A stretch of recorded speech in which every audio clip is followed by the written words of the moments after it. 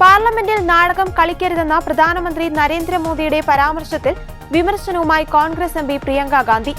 സഭകളിൽ വിഷയങ്ങൾ ഉന്നയിക്കുന്നതും ചർച്ച ചെയ്യുന്നതും നാടകമല്ല, മറിച്ച് ജനാധിപത്യ പ്രവർത്തനത്തിന്റെ കാതലായ ഭാഗമാണെന്നും പ്രിയങ്ക പറഞ്ഞു.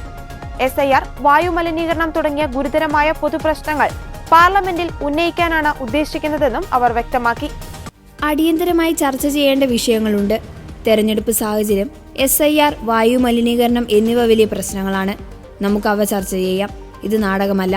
വിഷയങ്ങളെക്കുറിച്ച് സംസാരിക്കുന്നതും പ്രശ്നങ്ങൾ ഉന്നയിക്കുന്നതും നാടകമല്ല, ചർച്ചകൾ അനുവദിക്കാത്തതാണ് നാടകം. ജനങ്ങളെ ബാധിക്കുന്ന വിഷയങ്ങളിൽ ജനാധിപത്യപരമായ ചർച്ച നടത്താത്തതാണ് നാടകമെന്നും പ്രിയങ്ക ഗാന്ധി പറഞ്ഞു.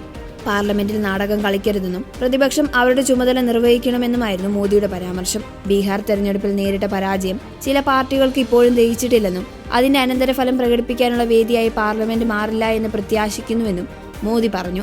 പാർലമെന്റിന്റെ ശീതകാല സമ്മേളനം ഇന്ന് ആരംഭിച്ച് ഡിസംബർ 19 അവസാനിക്കും.